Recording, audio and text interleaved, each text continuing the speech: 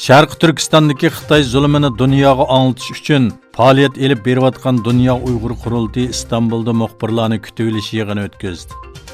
Yig'inda Dunyo Uyg'ur qurultiyi bosh kotibi doktor Erkin Ahmad va Dunyo Uyg'ur qurultiyi muavin raisi doktor Erkin Akram Sharq Turkistondagi ochiq reallik haqida muxbirlarga ma'lumot berdi.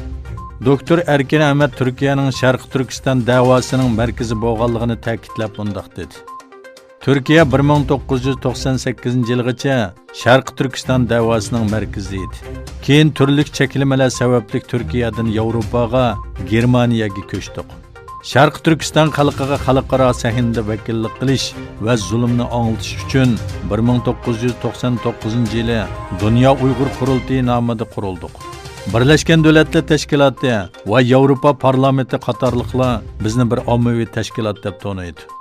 Türkiye'de tonuluş ve Sharq Turkistondagi zulmlarni anglatish uchun bu yig'inni o'tkazdik.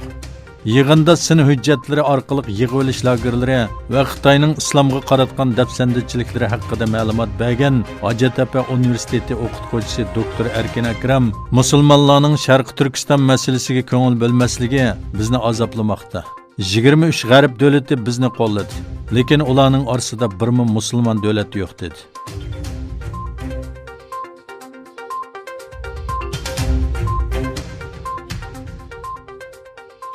2017 yıldan bu yan başlanğan keng ko'lamli tutqunda yig'ilish lagerlari yoki turmalarga qamalgan oilalarning egicha qiz farzandlari Yesli nomidagi balalar lagerda tutib turilmoqda.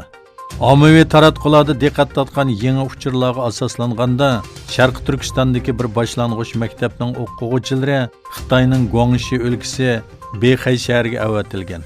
Telefon kamerasi bilan tartilgan sin ko'rinishida 10 yoshlardagi 50 dak Uyg'ur o'g'il qizning chamadan va somkalari bilan safarga tayyorlanganligi ko'rsatilgan bo'lib, bu yaning turpan ekanligi faraz qilinmoqda.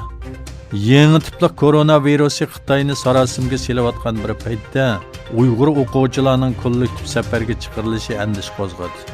Shuning bilan birga Bexay shahrida hozirgacha koronavirus bilan yuqumlanganlar soni 39 ga chiqqanligi, 106 kishining kuzatish ostida turayotganligi ma'lum.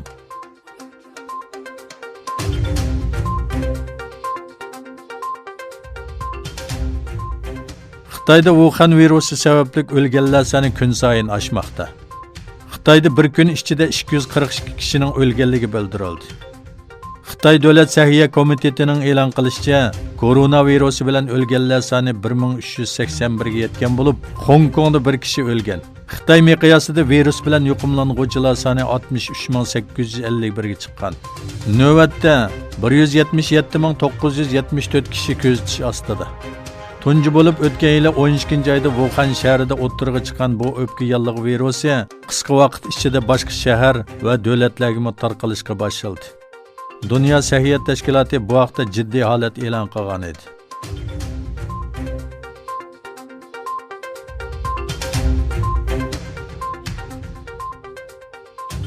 Amerika Adliya Ministerligi Xitoy telegraf şirkati Huawei'ni aldamchilik va tahdid orqali savdo maxfiyatligini o'g'irlash bilan aybladi.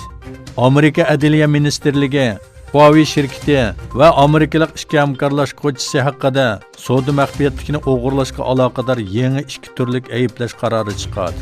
Amerika Adliya Ministerligi e'lon qilgan bayonotda Amerika, Yevropa Ittifoqi va Birlashgan Davlatlar Tashkilotining embargo qaroriga qarshi holda Huawei va hamkorlashuvchilarining Eron va Shimoliy Koreyada faoliyat olganligi va texnik turlarga qatnashganligi tilga olingan.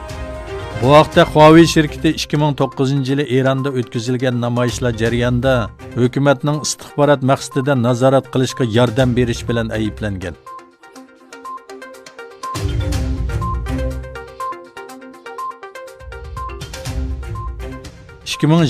yili 1-oyning yaqinqi 141 yildan buyangi eng issiq yanvar oyi ekanligi bildirildi. Davlat okean va atmosfera idorasi e'lon qilgan bayonotda 141 yildan buyangi xotiralarga asoslanganda quruqlik va dengizda 20-asrda o'ttircha 12 Selsiya gradus bo'lgan temperaturaning bu yil 1-oyda 1,14 gradus yuqorilganligi o'tirg'i qo'yilgan. 2020 yılı 1. ay arqama-arqa o'ttirish temperatura oshgan 44. ay bo'lgan bo'lib, buningga asosan dunyoning kundan kuniga isib ketayotganligi ta'kidlangan.